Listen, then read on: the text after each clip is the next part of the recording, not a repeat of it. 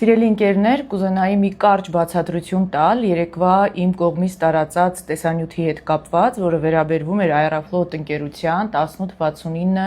չվերթի 14-ժամյա հետաձգմանը։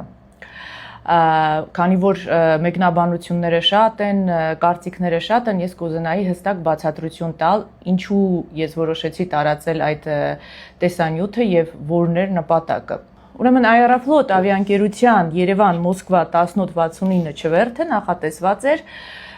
ամսի 14-ին, 13-ի լույս 14-ի գիշերը 12:15։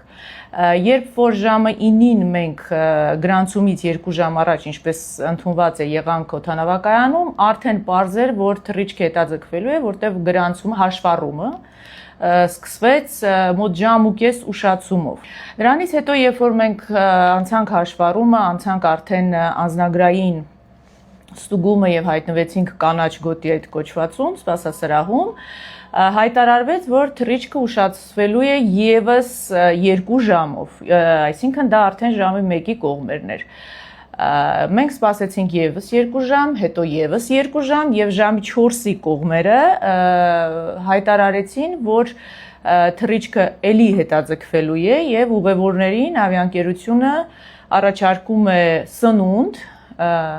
7000 դրամի շրջանակներում ուղևորները կարող են մոտենալ նշված սրճարանին եւ վերցնել սնունդ։ Հիմա հերթով Ուրեմն ավիաընկերությունը պարտավոր էր ուղևորներին բացատրել, թե որն է ուշացման կոնկրետ պատճառը, հստակ եւ adekvat բացատրություն տալ, որովհետեւ ուղևորները իրավունք ունեն իմանալու որն է պատճառը։ Եղան ինչ որ բացատրություններ, այսպես շշուկների տեսքով, թե ինքնաթիռի անվադողերն են փոխում կամ, չգիտեմ, անսարքություն կա, թե ինչ, բայց հստակ հայտարարված պաշտոնական բացատրություն ավիաընկերության կողմից, որ այս պատճառով հետաձգվում է այսքան երկար ժամանակ, դա չհնչեց։ Ուղևորները, քաղաքացիները իրավունք ունեն իմանալու հետաձգման պատճառը։ Դա պրոֆեսիոնալ եւ adekvat մոտեցում է եւ հարգանք, ենթադրում է հարգանք քաղաքացու նկատմամբ։ Սա առաջինը։ Ուրեմն ավիափոխադրումներին վերաբերող բոլոր օրենքները եւ կանոնները լոկալ, թե միջազգային, թե լոկալ, ենթադրում են, որ թռիչքը հետաձգելու պարագայում ավիաընկերությունը ուղևորներին պարտավոր է տեղեկացնել պատճառը, դա առաջինը։ Այնուհետ մոտ 2 ժամ հետաձգելու դեպքում ավիաընկերությունը պարտավոր է ուղևորներին բաժանել զովացուցիչ ըմպելիքներ։ 4 ժամ ուշացման դեպքում ավիաընկերությունը պարտավոր է ուղևորներին ապահովել տաք սննդով եւ այնուհետ յուրաքանչյուր 6 ժամ ուշացման դեպքում կրկնել այդ սննդի ապահովումը։ Եվ 8 եւ ավել ժամ թռիչքի ուշացման դեպքում ավիաընկերությունը պարտավոր է ուղևորներին տրամադրել գիշերակաց եւ տրանսֆեր հյուրանոց, քաղաք, այսինքն փոխադրում օդանավակայանից անվճար։ Իսկ եթե պատճառաբանություն կա, որ ավիաընկերության հետ պայմանագիր կնքած հյուրանոցները այդ պահին չունեն տեղ, ինչը որ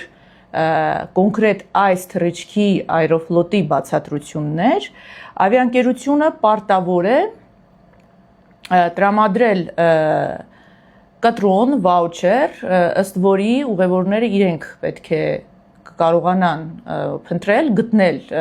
գիշերակաց եւ գիշերել մինչեւ կհլուծվի թռիչքի հարցերը։ Եվ նաեւ ավիաընկերությունը պարտավոր է անել ամեն ինչ, որպեսզի ուղևորների թռիչքը կայանա եւ գուցե հնարավորության դեպքում կայանա նաեւ գործընկեր ավիաընկերությունների զուգահեռ թռիչքների հաշվին։ Սա այն պարտավորություններն են, այն էլեմենտար կանոններն են, որը գրված է յուրաքանչյուր երկրի, յուրաքանչյուր ավիափոխադրողի կանոնագրքում եւ ավիափոխադրումներին վերաբերող օրենքներում։ 1869 Երևան-Մոսկվա չվերթին վերաբերյալ իմ հրապարակումը նպատակ ուներ տեղեկացնել քաղաքացիներին ուղևորներին այդ վերը նշված բոլոր կանոնների մասին, քանի որ կան մարդիկ, որոնք տեղեկացված են, կան շատ ու շատ ուղևորներ, ինչպես ես համոզվեցի տեղում, ովքեր տեղեկացված չեն իրենց իրավունքների մասին։ Եվ հաճախ դա է լինում պատճառը, որ կազմակերպությունները, չնշենք կոնկրետ Aeroflot-ը կամ կոնկրետ ավիափոխադրումները, այլ ծառայություն սպասարկման ոլորտում ծառայություն մատուցող ընկերությունները սպառողների իրավունքները, այսպես ասած, շրջանցում են այն պարագայում, երբ որ սպառողը կամ քաղաքացին տեղեկացված ըստ պատշաճի տեղեկացված չի լինում իր իրավունքներին։ Իմ տեսանյութը ուղղված էր նրան, որպեսզի մարդիկ հնարավորինս տեղյակ լինեն, որպեսզի Աստված մի արասցե նման միջադեպերի դեպքում նրանք կարողանան ճիշտ կողմնորոշվել եւ պաշտպանել իրենց իրավունքները։ Տեսանյութը, ուզում եմ հատուկ նշել, չուներ ոչ մի քաղաքական նպատակ եւ չէր կարող ունենալ, որովհետեւ թեման ոչ մի կերպ չի կարող առնչվել քաղաքականությանը։ Ինչպես նաեւ հրապարակումը Aeroflot-ի շարքային աշխատակիցներին, ովքեր նաեւ այդ տեսանյութում կան, վատաբանելու, նեղացնելու եւ այլն նման նպատակ էլ չուներ, քանի որ այդ աշխատակիցները ոչ մի կերպ պատասխանատու չեն կամ չեն կարող լուծել նման հարցեր, այդ հարցերը լուծվում են ընկերության կողմից ի դեմս ղեկավար կազմի, այնպես որ այդ մեկնաբանությունները նույնպես որ ընկերության աշխատակիցներին վատաբանել եւ այլն անհիմն են եւ չեն կարող ունենալ նման բացատրություն։ Ուրեմն թվարկեմ ինչ արեց ավիաընկերությունը իր պարտավորությունների շրջանակներում եւ ինչ չարեց այդ թռիչքի հետ կապված։ Ավիաընկերությունը թռիչքի հետաձգումից մոտ 5 ժամ անց ուղևորներին առաջարկեց սնունդ, այսինքն իրենց տոմսի շրջանակներում 7000 դրամի շրջանակներում օդանավակայանի սրճարանից վերցնել տաք սնունդ, 7000 դրամի շրջանակներում ուղևորները կարողացան վերցնել 1 սալատ կամ 1 սենդվիչ, 1 զովացուցիչ ըմպելիք եւ մի բաժակ սուրճ։ Դա արվեց Aeroflot-ի կողմից։ Այնուհետ, քանի որ թռիչք ուշացավ 8 ժամից ավել, ավիաընկերությունը պարտավոր էր ապահովել գիշերակաց, ինչը չարվեց, ինչը կոպիտ խախտում է։ Եվ ամենավրդովեցուցիչը այս պարագայում այն է, երբ որ ուղևորներին ավիաընկերության ներկայացուցիչը հավաքեց կանաչ գոտու սրահում, ասեց. «Ժորժ ջան, հավաքվում ենք, անցնում ենք կրկին անձնագրային ստուգումը, այսինքն անցնում ենք կրկին դեպի Հայաստան, այնտեղ ձեզ բոլորիդ հավաքում են ավտոբուսի մեջ եւ տեղափոխում են քաղաք Երևան գիշերակացի համար, մինչեւ կլուծվի այդ բանը դեռ պարզ չէր թե երբ կլինի թռիչքը»։ Երբ որ բոլոր ուղևորները երևի մի 40 րոպե էլ հերթ կանգնեցին կրկին հետ անցնելու այդ անձնագրային ստուգումը եւ արդեն հայտնվեցին այդ նախասրահում օդանավակայանի, որտեղից որ նոր մտնում ենք եւ անցնում ենք հաշվառումը։ Հայտարարվեց, որ չկա ոչ մի հյուրանոց, ոչ մի տեղ եւ ոչ մի բան չի լինելու։ Մարդիկ բնականաբար վրդովվեցին եւ հարց ուղեցին. Առաջինը, ինչու մեզ ստիպեցիք անցնել այդ դեպքում, եթե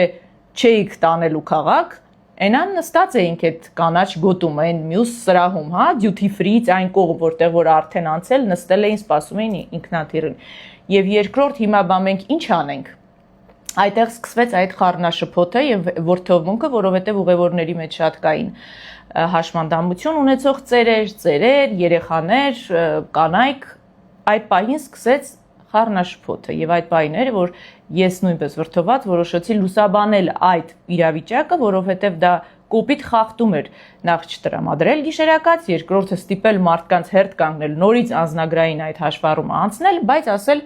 վերջ, դե ինչ ուզում եք արեք, ուրեմն ոչ մի բան չենք կարող անել։ Երկրորդ վրդովեցուցիչն այն էր, որ երբ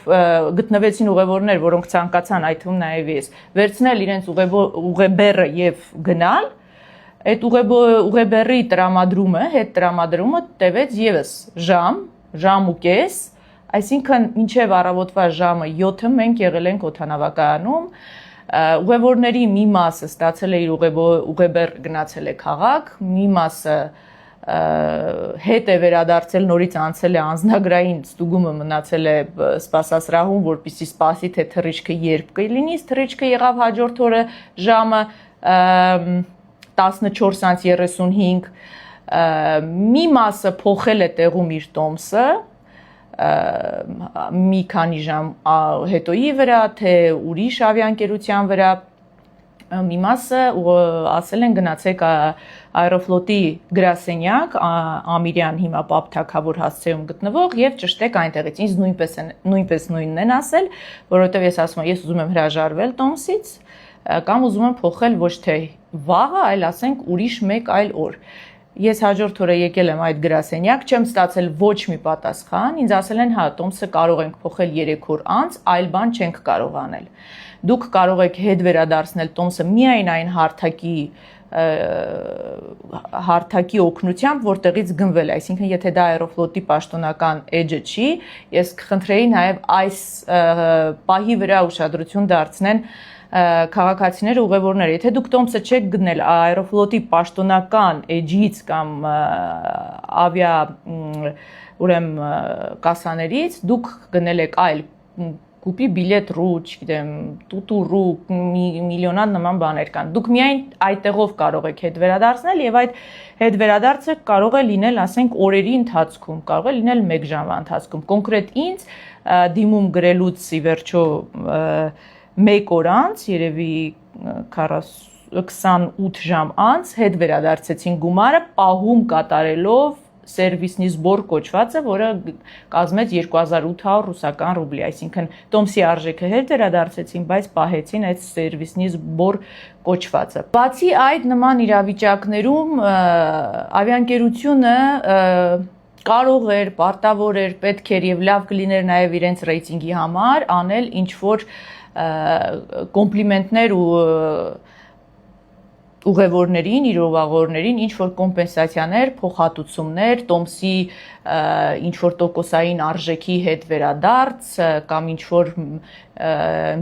միլի այդ բաների տրամադրում, հա, կիլոմետրերի, որոնք ինչ որ բոնուսներ են, որոնք կարող եք օգտվել, բայց Aeroflot այսօր ինձ նամակ է ուղարկել, որ տրամադրում են 4000 միլ, դա տոմսի արժեքի, ասենք, եթե տոմսը արժի 16-17 ռուբլի, 1000 ռուբլու չափով է, այսպես ասեմ, որ պատկերացնեք, կամ շատ չնչին 0 քանակություն, այսինքն Aeroflot-ը ոչ մի կերպ, ոչ մի փոխհատուցում չկատարեց այն իրավիճակի համար, որ իր պատճառով ուղևորները մնացել էին օդանավակայանում 14 ժամ, ինքը չէր տրամադրել գիշերակաց, ինքը չէր տրամադրել ոչ մի բացատրություն, ոչ մի փոխադրում դեպի քաղաք եւ այլն եւ այլն եւ այլն։ Սա էր իրավիճակը։ Նյութի հրապարակումը եւ խնդրի բարձրացումը նպատակ ուներ, որպեսզի հետագայում մարդիկ, ովքեր տեղյակ չեն, տեղեկացված լինեն իրենց իրավունքներից եւ պահանջեն իրականացնել այն տարական էլեմենտար կանոնները իրենց իրավունքների իրագործումը, որը ոչ մի իրավիճակ չի կարող, ասենք, պատերազմ է, չգիտեմ, այն դա բացատրություն չունի, որտեղ կոնկրետ այդ պարագայում պատերազմը եւ այլ մնացած բաները, որ էլի նշվում են մեկնաբանություններում, ոչ մի կապ չուներ, ուղղակի ավիաընկերությունը պետք է իրագործեր այն իր պարտավորությունները, որոնք ամրագրված են կանոնագրքերում եւ օրենքներում։ Եղեք տեղեկացված եւ լավ